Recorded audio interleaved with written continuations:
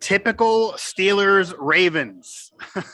Enough said. This was another typical Steelers-Ravens game. The Pittsburgh Steelers do win this latest installment of the NFL's best rivalry, 20-19, in a game that almost went to overtime, didn't get there because of a decision by John Harbaugh, and the Steelers get the victory. Nonetheless, the Steelers now 6-5-1 as they keep their playoff hopes alive. A needed win for Pittsburgh in just a weird game. I can't say it was really exciting until the end, but then it certainly did get exciting at the end. It's Steelers-Ravens, of course. This is your Steelers postgame show here on Pittsburgh Sports Live and Steelers Now. Head over to Steelers Now for all our postgame coverage, our game recap, and also our video reaction here on PSL and Steelers Now. I'm your host, as always, Mike Asti, and I am going to be joined by Ron Lippock, who is a Steelers author and interviewer. He's interviewed pretty much everyone you could imagine throughout Steelers history. I'll say that.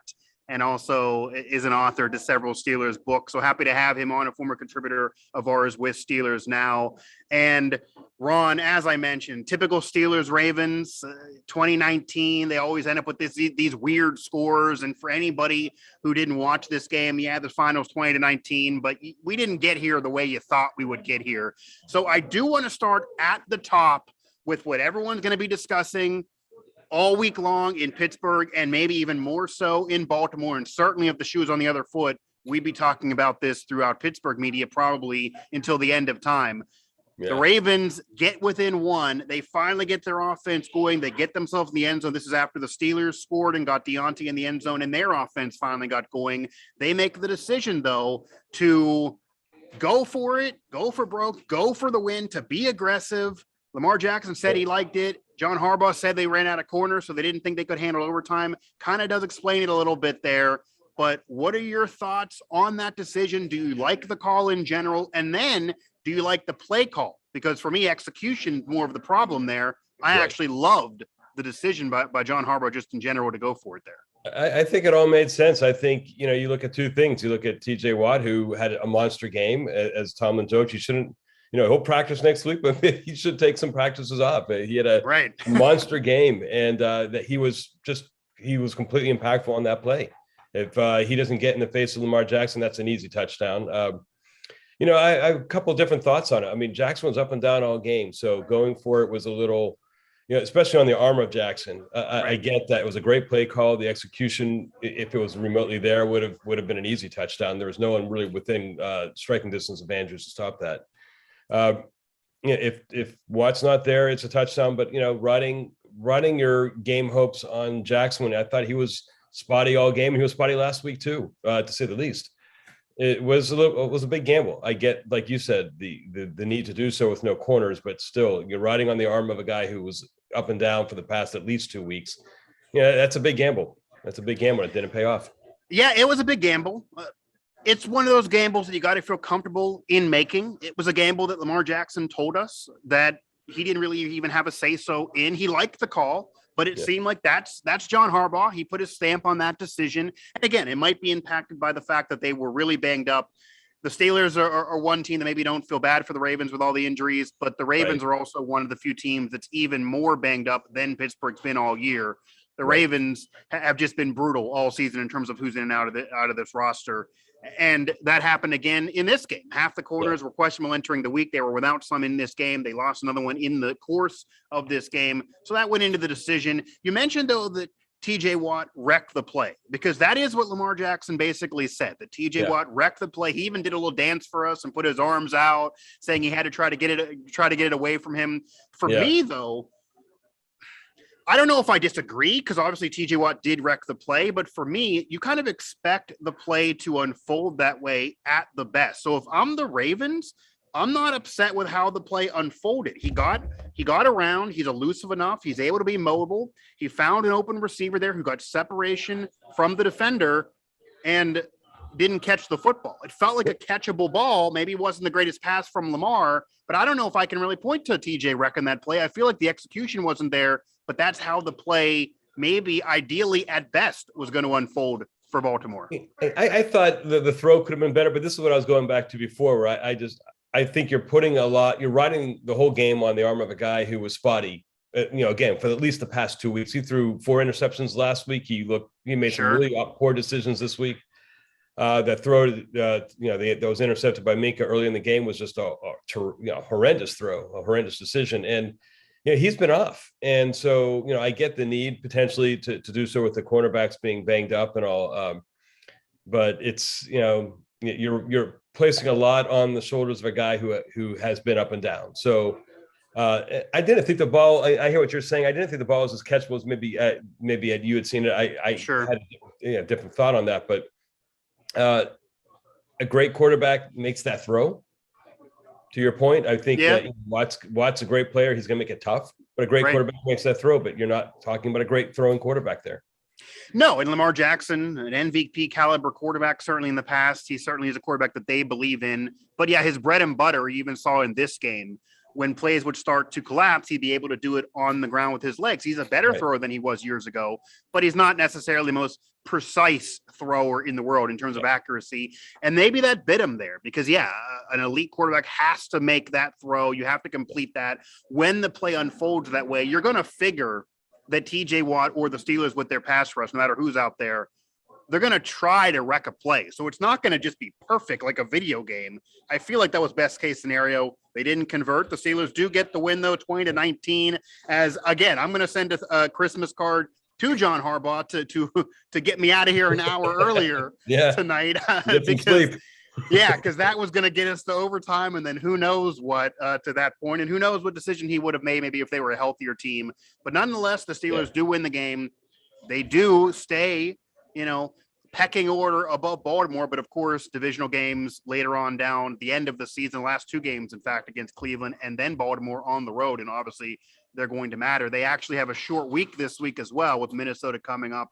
Yeah. They lost to Detroit, so they're going to be really hungry, but they put points on the board even when losing.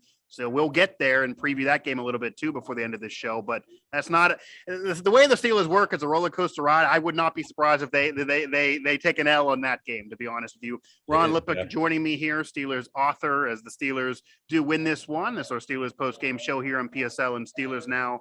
Now, Ron, prior to getting to that final decision by John Harbaugh that allowed the Steelers to eventually hold on for the victory, what unfolded for you throughout this game that caused the Steelers to really struggle?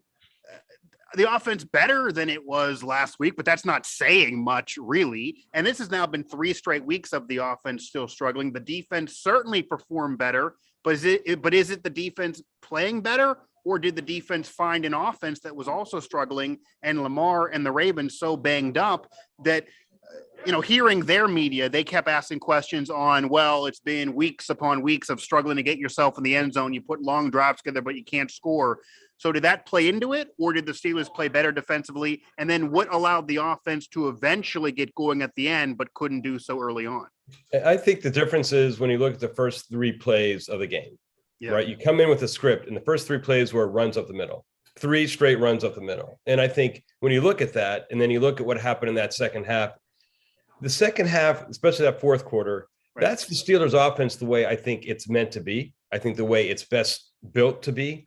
I think what you're seeing is a coaching staff that's trying to impose its will on the team by trying to make this team and will this team to be something it's not. It's not a power running football team. The offensive line isn't there. It's not built that way. Not yet. And they're trying to impose the will and trying to will this offense to be something it's not. As soon as they open up, even at the end of the first half, they move the football. When they embrace who I think they best are as a really potent passing team, they're really effective. But they run away from themselves and they try to create an identity for themselves that really doesn't fit. And so I think that's their biggest issue, is that they're trying to be something they're not. And then when it's up to Ben to try to push it over and try to create that offense that isn't there through the normal scheme, then all of a sudden they're moving the ball. And that's the frustrating part. This team can score points. This team can be so much more effective on offense if it just embraces, I think, who it really is. I also think, and I get that they're not a power running team. This isn't Jerome Bettis there in the backfield, but this is a Steelers team that they can't have their quarterback throwing 40 passes a game. That didn't work earlier in the year. That didn't work last year. That's not going to work moving forward. And Najee Harris, 21 carries in this game, 71 yards, only an average of 3.4, didn't get in the end zone, 13 yards being his longest. Not his best day, but it also felt like he finally got going late in the game. Their running game finally got going late in the game. Benny Snell, for crying out loud, was picking up yards late in the game. So would you have liked to see more from the running game in terms of more touches, more carries, get them more involved, even if struggling, keep going to them earlier in the game? Because you also know, and this is an adage, but it's now been proven true every year, and certainly today, it is Steelers-Ravens football. This was not going to be 45-43 or 42 in terms of points. It's a Ravens offense is struggling as well. Those runs that happened late, maybe if more consistency occurred early in terms of the effort to try to run the football, that might have helped the offense overall, possibly? I think they tried. I think what you saw near the end of the game, too, was a little bit of the defense on Baltimore's part falling back because their defensive backs were depleted. They couldn't afford the big play. So I think you weren't seeing those safeties coming up and supporting the run. And I think that really helped the running game. And to credit the Steelers coaching staff, they saw that. And they ran some plays up the middle. So I think, that did happen. I think it's the issue of, do you want to run to set up the pass, or do you want to pass to set up the run? And I think this is a team that's built for the pass to set up the run, much to the chagrin maybe of the coaching staff. But I think that's really what it is. This is a smallish offensive line. It was interesting because when the glue came in, all of a sudden they started pushing people a little bit. And it did improve a little bit to the offensive line, and that was his NFL debut. BJ Finney gets hurt with an injury, leaves the game, doesn't return, and immediately it's announced he's not going to return.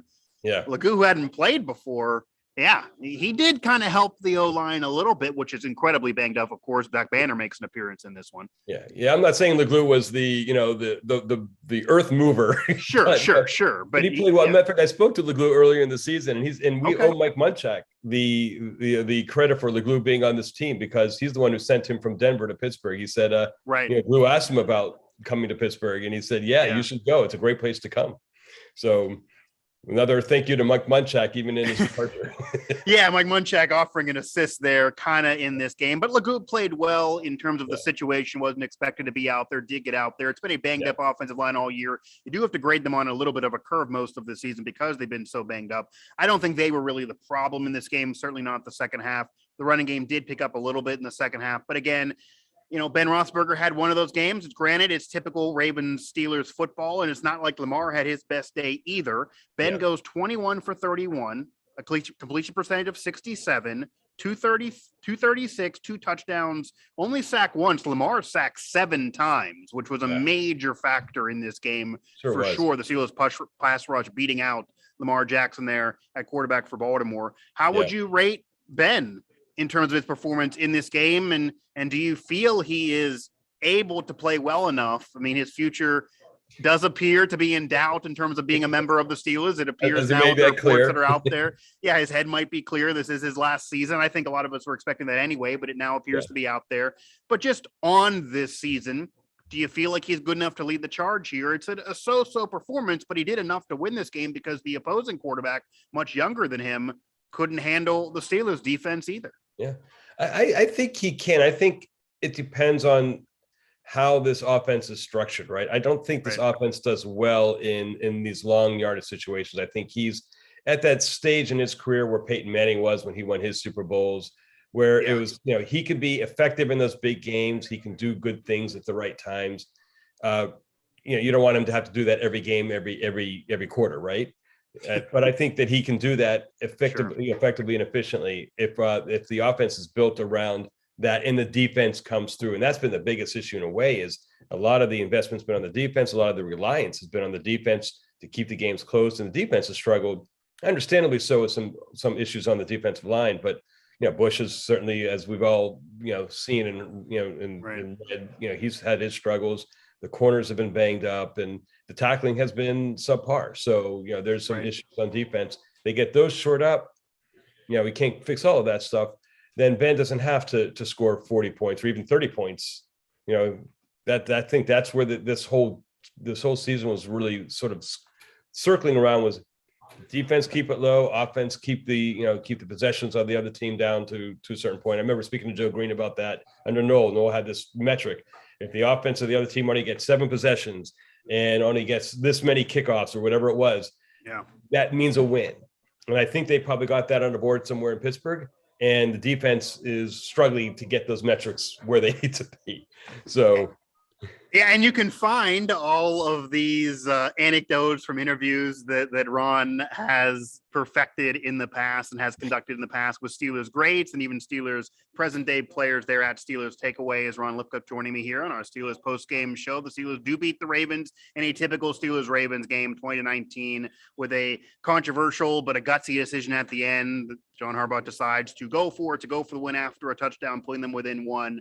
They don't convert, and the Steelers hang on for the win, and we're no longer having to watch any more of that just weird and kind of miserable game, certainly early on. What I do want to ask you, though, because obviously the 7 sacks against Lamar, a major factor to this game. Yeah, he was able to scramble. He was able to pick up yards on the ground. He was able to move the ball, but the Steelers pass rush really got to him. In fact, got to him more than the Steelers pass rush has been getting to recent quarterbacks, as the Steelers defense has been allowing more points. Quarterbacks have been able to pick them apart much more recently. Herbert, Joe Burrow, etc. And then you go to today. The Steelers pass rush, yes, TJ's back, but really gets to Lamar. Would you say that that's more the Steelers defense stepping up and playing well and doing what they want to do, or maybe a battle of the trenches because the Ravens offensive line has also struggled most of this season, and Lamar Jackson has been a quarterback that has been often criticized for holding the ball too long? Was that Lamar holding the ball too long, the Ravens' issues on their offensive line, or did the Steelers pick something up in terms of their pass I think rush? it's all of the above. I think the offensive line of the Ravens clearly was struggling. Right. I think we've seen in Al Villanueva in Baltimore, we've seen him at left tackle in Pittsburgh, and God love him, but he's not the guy he was 8 years ago or so. I think. I mean, even 3 years ago, right? Even 3 years ago, that decline happened quickly. Yeah. Lamar holds the ball way too long. I think he's he's got that Ben stigma, that Ben thing going when Ben was a young quarterback. It works for you and it works against you, right? It's a double-edged sword. And it worked against him a lot. Harbaugh, even at the halftime, was bemoaning the fact he's got to get rid of that ball sooner, and he just didn't. And in the Montrevious Adams effect, that's right. I say that a little bit facetiously, but he had a good game, and I think he added a little bit of something that maybe that line didn't have before. And it was really amazing. Like, my son was watching with me, and he said, "You have to mention Cam Hayward's hustle." Because Cam Hayward and Wormley played with a lot of passion, and we're not seeing. I'm not, not from Hayward. I won't say Hayward doesn't show passion, but we're not seeing a ton of passion on that defense that we're used to seeing. That Harrison or that Porter type of passion. Well, that's what former Steeler Ryan Clark, who's now a member of national media, made a comment about that earlier in the week. Yeah. We know for a fact that got to the Steelers because Tomlin was able to address it. We know for a fact that maybe even Cam Hayward felt the same way after their loss to the Bengals last week, where he basically said, "I'll take it on me as the leader, but hey, we suck right now. You can always count on Cam Hayward to keep it honest with you." So yeah, Cam Hayward's making plays. He's certainly bringing the hustle. Your son's smart for pointing that out. TJ Watt's bringing the hustle. He's making plays. He had a couple sacks in this game. He's tying Reggie White in terms of elite NFL company that he's now keeping. And this is after missing some time. Right. So you have the major staples of this defense, the anchors, able to bring that effort. And it does translate into numbers in this game. So maybe Ryan Clark won't be able to make any comments this coming week. However, it could be taking advantage of a weak offensive line that they were facing. It could be taking advantage of a quarterback holding the ball too long. We will find out against Minnesota coming up, because Kirk Cousins is not like Lamar Jackson. Right. He is not as mobile. So he does have a quicker release as well. He's more of a pocket passer.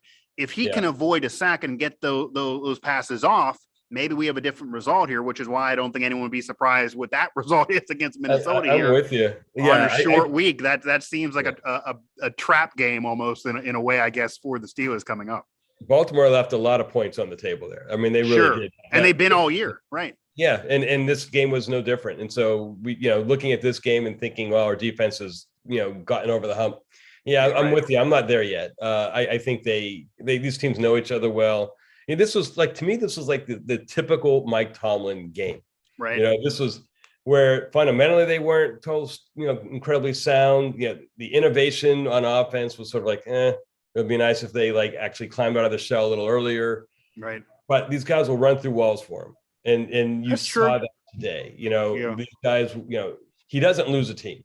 He's never lost a team. No. I mean, they were a game out even 2 years ago with Duck and Mason. So yeah, I think that is an underrated thing about Tomlin. You don't go through a whole career without having a losing season for nothing. And yeah, maybe there's some arguments on underachieving with tons of talent, haven't won a championship in so long, only 3 playoff wins, etc. Everybody knows all of that. But yeah, it is absolutely fair to say the team does not fold for him. The team does play hard for him. And honestly, this is typical Steelers Ravens, whereas the counterpart in John Harbaugh, who made that decision at the end, the team rallied for him. They're still having his back. They love the decision. They always play hard for him as well. Very similar careers these two have had. These teams are usually built similarly. So that's why you always get these games. I mean, they're both played each other right at the perfect time, and it worked out for Pittsburgh. It didn't work out for Baltimore. It was really interesting too, and maybe the first time I've seen this in a long time, where the guys, even at the end of the game, were laughing with each other. Ben and Alejandro Villanueva, there's a picture actually our Ed Thompson has that's going to be on our site that they are just chucking it up.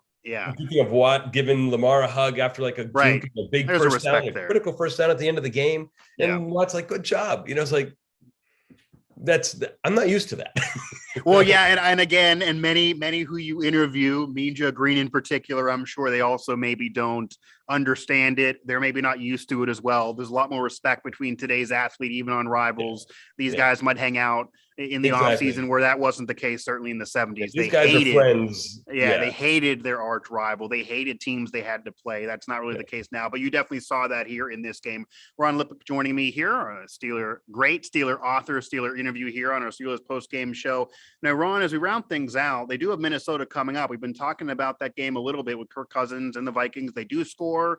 They're coming off a loss. Yeah. They certainly got to be down a little bit after losing to Detroit, the way they lost at the end of that game. They had expectations this year. They've been in so many close games. So I'd expect another one here coming up. It's a short week for Pittsburgh.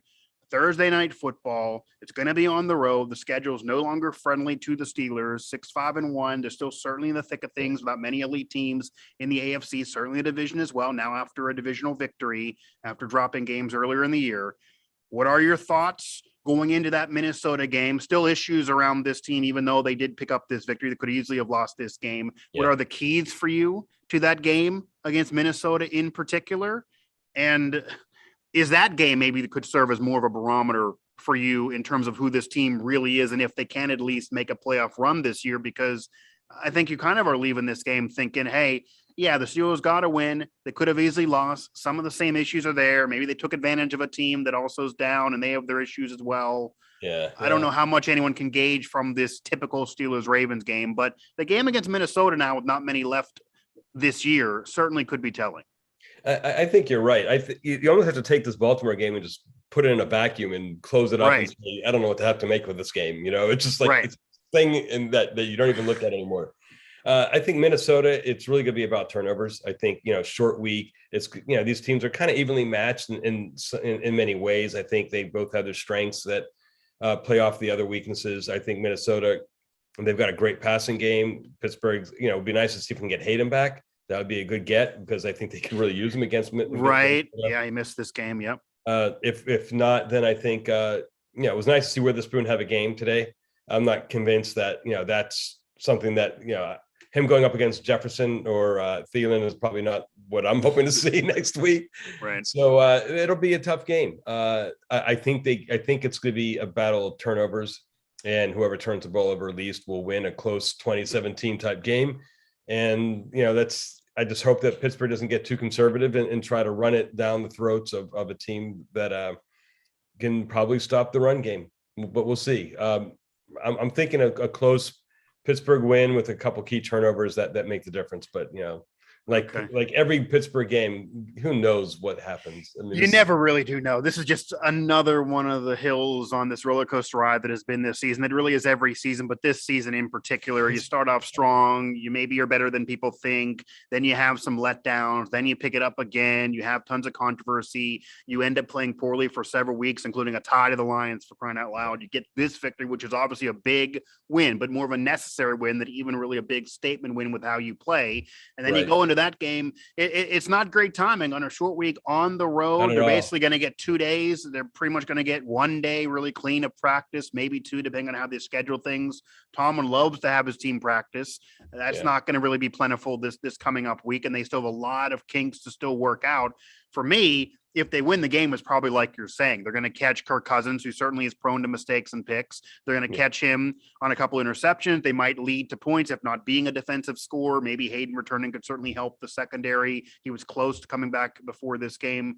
But it could easily go the other way, where if he has a quicker release, they could get to the Steelers. If their offensive line outplays the Steelers, maybe they could win the game. They do have some weapons as well. Pittsburgh has taken a long time to get going in these games recently. I don't know if they can afford to do that as well against Minnesota. It's one of those games that really could go either way. That's a 5-7 Vikings team. They've been very similar to the Steelers this year, and they have a lot to play for as well, and they're going to be home. Yeah, they're almost mirror images in terms of their struggles, and it's also the big play. They got to stop. They can't let that big play happen, I think, against Minnesota, and the Minnesota's got some weapons. So it's going to be a really challenging game. And you're right, it's a short week does not, especially off a high win like this. That's a tough regrouping.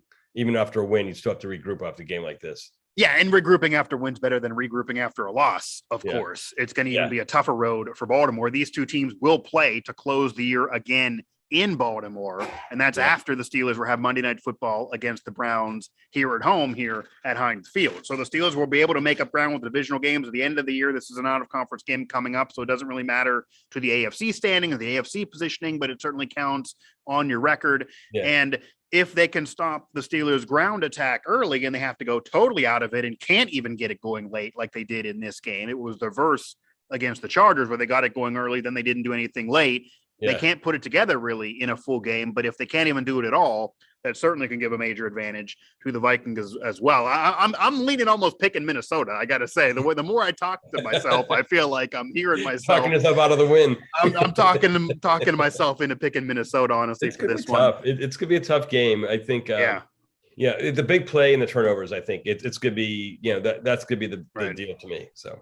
Yeah, and we will see. That's really always the phrase to close these. We will see, because no one really ever knows. Ron, I definitely appreciate the time. I'll be seeing you on Twitter, I'm sure. Anything out there in terms of that's coming for you in terms of you, but you were hinting on some of these interviews you've done. They were able to touch on what some former Steeler greats were able to say here on this show. Happy to hear that, obviously. Ron Lippock, Steeler author and interviewer. Anything on tap here that will be pertinent for fans?